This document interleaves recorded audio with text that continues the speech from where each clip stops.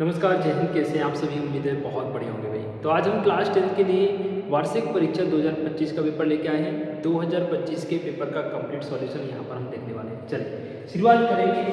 मुख्य परीक्षा 2025 high school MP board का ये पेपर है और आज हम यहाँ पे इसको सॉल्व करने वाले हैं। ठीक है, देखिए पुराने पेपर सॉल्व करना बेहद ज़रूरी होता है क्योंकि यहाँ से आपको आइडिया लगता है कि आपका आने वाला पेपर किस लेवल का होगा, किस टाइप के क्वेश्चन आपके पेपर में पूछे जाते हैं। ठीक है, चलिए तो देखते हैं। सबसे पहले नंबर पे आपसे सही विकल्प पूछे गए संख्याओं 6 और 20 का एचसीएफ कितना होगा। तो देखिए 6 और 20 के एचसीएफ का मतलब है वह बड़ी से बड़ी संख्या जिसका भाग 6 में भी चला जाए और 20 में भी। तो यहाँ पे आप देखेंगे 2 का भाग 6 में भी जाएगा और 20 में भी चला जाएगा। 2 से बड़ी कोई संख्या ऐसी नहीं है ऑप्शंस में जिनका भाग 6 में भी चला जाए, जिनका भाग 20 में भी। तो आंसर क्या होगा? Option number 2। Second question, a1 बटा a2 बराबर b1 बटा b2 बराबर c1 बटा c2 हो तो समीकरण निकाय a1x plus b1y plus c1 बराबर 0 तथा a2x b2y प्लस c2 बराबर 0 का कौन सा हल होगा। देखिए अद्वितीय हल होगा, दोनों हल होंगे, कोई हल नहीं होगा, अनंत अनेक हल होंगे। बहुत सिंपल सा क्वेश्चन है। देखिए जब तीनों ही रेशियो बराबर हो तो ऐसी स्थिति में समीकरण निकाय के अनंत अनेक हल होते हैं। ऑप्शन नंबर डी आपका सही होगा। अगर इसमें आपसे रेखाओं की स्थिति पूछ ले तो आप लिखेंगे रेखाएं कैसी होंगी भाई? समपाती होंगी। रेखाएं कैसी होंगी? समपाती होंगी। ध्यान दीजिएगा, इंपॉर्टेंट क्वेश्चन। ठीक है, नेक्स्ट क्वेश्चन, द्विघात समीकरण ax वर्ग प्लस bx प्लस c बराबर 0 के मूल वास्तविक और बराबर हो। कब होंगे भाई? जब वास्तविक और बराबर का होते हैं जब विभक्त कर d का मान 0 के बराबर हो। विभक्त कर d का मान कैसा हो? 0 के बराबर। अब d का मतलब होता है b स्क्वायर माइनस का 4ac इक्वल में क्या लिखेंगे? 0। तो b स्क्वायर बराबर किससे हो जाएगा? 4ac। या तो ये मिलेगा ऑप्शन में या ये मिलेगा। देखिएगा ऑप्शन में क्या है? बी स्क्वायर माइनस 4ac 0 से बड़ा है, बी स्क्वायर माइनस 4ac बराबर है 0। मिल गया आपको? तो बी ऑप्शन आपका यहाँ पे करेक्ट आंसर होगा। समझिए? चलिए नेक्स्ट क्वेश्चन हम देखते हैं। AP 246 का 10वां पद क्या है? वही देखो सिंपल सी कहानी है। 3 पद तो थे ही, 2 का डिफरेंस चला। 6 के बाद आएगा 8, 8 के बाद कितना आएगा? 10। 5 पद हो गए, ऐसे बढ़ाते जाओ उसको। 12, 14, 16, 18, 20 हो गए 10। तो आंसर क्या हो जाएगा? 20। एक तो ये तरीका। दूसरा हम इसको समांतर श्रेणी के फॉर्मूले से निकाल सकते हैं। 10वें पद का फॉर्मूला होता है a बराबर a प्लस 9d। अब a का मान हमारे पास 2 है, 9, और d का मान भी कितना है? 2। d कैसे निकालते हैं? दूसरे पद में से पहले पद को घटा करके। ठीक है, ये जो पहला पद है ये a का मान है, दोनों का डिफरेंस जो होता है वो d का मान होता है। ठीक है ना? सॉल्व करेंगे तो 2 प्लस 18 हो जाएगा और ये हो जाएगा आपका 20। क्लियर? चलिए नेक्स्ट क्वेश्चन देखिएगा। बिंदु 2, 3, 4, 1 के बीच की दूरी है। बीच की दूरी निकालने का फॉर्मूला क्या होता है? देखिएगा अच्छा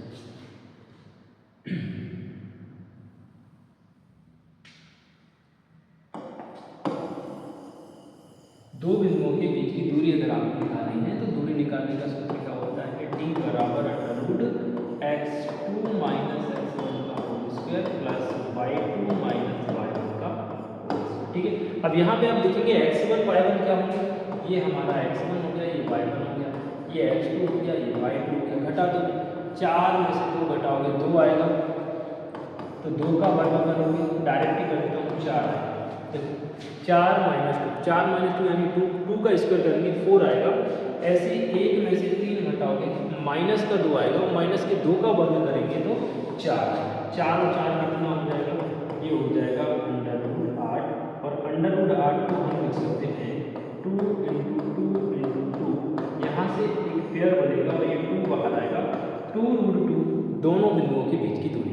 ठीक है, आंसर देखिए क्या हो जाएगा? √8 ही दिया है। ठीक है, हो सकता है ऑप्शन में कभी ये ना देके आपको ये दे दे, तो जो भी आपको मिल जाए वो आप करेक्ट करके आएंगे। ठीक है, चलिए नेक्स्ट क्वेश्चन देखें। एक वृत्त की कितनी स्पर्श रेखाएं हो सकती हैं? अनंत स्पर्श रेखाएं हो सकती हैं। एक वृत्त आप बनाइएगा और उस पर कितनी भी स्पर्श रेखाएं ऐसे करके आप खींच सकते हैं, कोई दिक्कत नहीं है। ठीक है, तो अनंत स्पर्श रेखा होंगी, ध्यान दीजिएगा। नेक्स्ट क्वेश्चन है जिसमें आपसे पूछे गए हैं रिक्त स्थान। देखिएगा, √2 एक परिमेय संख्या है कि अपरिमेय? आप सभी जानते हैं √2 क्या है, अपरिमेय संख्या है। इसमें आप क्या करेंगे, अपरिमेय। ठीक है भाई। नेक्स्ट पूछा है एक बहुपद जिसकी घात 3 है, कौन सा बहुपद कहलाएगा? घात 3 वाले बहुपद को हम त्रिघात बहुपद कहते हैं। क्या कहते हैं भाई? त्रिघात बहुपद कहते हैं। इसमें आंसर हो जाएगा त्रिघात। अगर एक घात होती तो रैखिक, दो घात होती तो उसको हम द्विघात बहुपद कहते हैं। ठीक है, देखिए AP 3/2 1/2 -1/2 -3/2 का सारवंतर D कितना होगा? देखिए भाई, इसमें से आप इसको माइनस कर दो, यानी आपको 1/2 में से 3/2 घटाना है। एलसीएम 2 आ गया दोनों का, ऊपर 3 में से 1 जाएगा -2, इससे कटेगा -1 आंसर आएगा। तो सारवंतर D बराबर क्या हो जाएगा भाई? -1। ठीक है, अगला देखिएगा, सभी सर्वांसम त्रिभुज खालिस्तान होते हैं। जितने भी सर्वांसम त्रिभुज होते हैं वो सारे के सारे समरूप होते हैं। क्या होते हैं भाई? समरूप। इसमें आप क्या पढ़ेंगे? समरूप होते हैं। ठीक है, अगला देखिएगा, वृत्त को दो बिंदुओं पर प्रतिच्छेद करने वाली रेखा को क्या कहते हैं? प्रतिच्छेदी रेखा कहते हैं। क्या कहते हैं? प्रतिच्छेदी रेखा कहते हैं। ये आपका करेक्ट आंसर है। उम्मीद है आप समझ पाए होंगे। चलिए आगे बढ़ते हैं और देखते हैं नेक्स्ट क्वेश्चन। किसी घटना ही के लिए PE + PE वार का मान क्या होगा? तो PE + PE वार का जो वैल्यू होता है वो होता है 1। आंसर हो जाएगा 1। ठीक है, चलिए नेक्स्ट क्वेश्चन। और नेक्स्ट क्वेश्चन में राइट एंड रॉन्ग आपसे पूछे गए हैं, तो देखिएगा। निम्नलिखित में से सत्य कि समरूप त्रिभुजों के क्षेत्रफल सदैव बराबर होते हैं? बिल्कुल नहीं भाई, समरूप त्रिभुजों के क्षेत्रफल बराबर हो ये जरूरी नहीं है, तो ये आपका रॉन्ग हो जाएगा। ठीक है, 1 2 1 3 डॉट एक समांतर श्रेणी नहीं है। तो देखते हैं भाई, देखो 2 में से 1 को घटाओगे 1 आएगा, 1 में से 2 को घटाओगे -1 आएगा, 3 में से 1 को घटाओगे तो सबका डिफरेंस जो है वो भिन्न भिन्न आ रहा है, अलग अलग आ रहा है, यानी ये समांतर श्रेणी नहीं है। तो ये आपका क्या हो जाएगा? राइट हो जाएगा। किसी बिंदु की y अक्ष से दूरी उस बिंदु का y निर्देशांक होती है? तो बिल्कुल नहीं, ये गलत हो जाएगा, क्योंकि y अक्ष से दूरी y निर्देशांक नहीं x निर्देशांक होती है। ठीक है, चलिए नेक्स्ट। शंकु का आयतन πr² है? बिल्कुल नहीं, ये तो वृत्त का क्षेत्रफल होता है। फिर शंकु का आयतन क्या होता है? तो देखिएगा 1/3 πr²h, ये शंकु के आयतन का फॉर्मूला होता है। याद रखिए, अगले पेपर में हो सकता है आपसे यही पूछ रहे। नेक्स्ट क्वेश्चन है, घटना E की प्रायिकता एक ऐसी संख्या PE है कि PE का मान 1 या 1 से छोटा, 0 या 0 से बड़ा है। बिल्कुल सही है। जो भी प्रायिकता होती है किसी भी घटना की, या तो वो 1 या 1 से छोटी होगी, या 0 या 0 से बड़ी होगी। 0 से छोटी नहीं होती है, 1 से बड़ी नहीं होती है, इस बात का ध्यान रखिएगा। ये आंसर सही हो जाएगा। दीर्घ खंड का क्षेत्रफल संगत त्रिज्या खंड के क्षेत्रफल से कम होता है। देखिए क्या बोल रहा है वो, दीर्घ वृत्त खंड का क्षेत्रफल संगत त्रिज्या खंड के क्षेत्रफल से, देखिए ऐसे करके वृत्त बनाइए और इसमें इस प्रकार से एक त्रिज्या खंड। तो त्रिज्या खंड क्या कहलाएगा? हमारा ये वाला त्रिज्या खंड। और दीर्घ वृत्त खंड ये कहलाएगा। तो दीर्घ वृत्त खंड का क्षेत्रफल त्रिज्या खंड के क्षेत्रफल से कम नहीं, ज़्यादा होता है, तो ये आपका रॉन्ग हो जाएगा। ठीक है, चलिए नेक्स्ट देख लेते हैं। सही जोड़ियां यहाँ पर आपको मिलानी थी, देखिएगा। 9sec² -9 tan² का मान क्या होगा? सर्व समीकरण हमने पढ़ी हुई है, एक बार मैंने आपको पूरे के पूरे फॉर्मूले भी करवा दिए हैं। sec² माइनस का tan² का मान 1 होता है। तो यहाँ से देखिए, यहाँ भी 9 लगा है क्वेश्चन में, यहाँ भी 9 लगा है।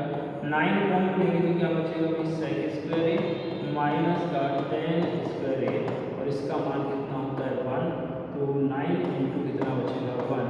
आंसर क्या आ जाएगा? 9 हो जाएगा। कितना आंसर आएगा भाई? 9। तो यहाँ पे देखिए फर्स्ट नंबर की जो जोड़ी है ये हो जाएगी। सेकंड देखिए cos 0 डिग्री का मान 1 होता है, तो ये हो जाएगा। एंड sin 0 डिग्री 0 ही होता है, तो ये थर्ड नंबर।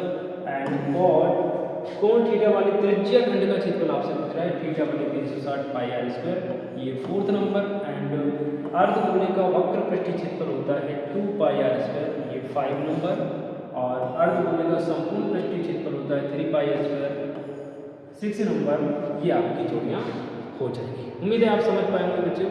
वीडियो कैसी लगी एक बार कमेंट करके जरूर बताइएगा। अभी इसमें एक क्वेश्चन और बाकी है तो उसको भी हम देख लेते हैं, और वो क्वेश्चन है एक वाक्य एक शब्द में उत्तर का। देखिएगा, द्विघात समीकरण का मानक रूप लिखेंगे तो क्या होता है भाई, ax वर्ग प्लस का bx प्लस का c बराबर में 0।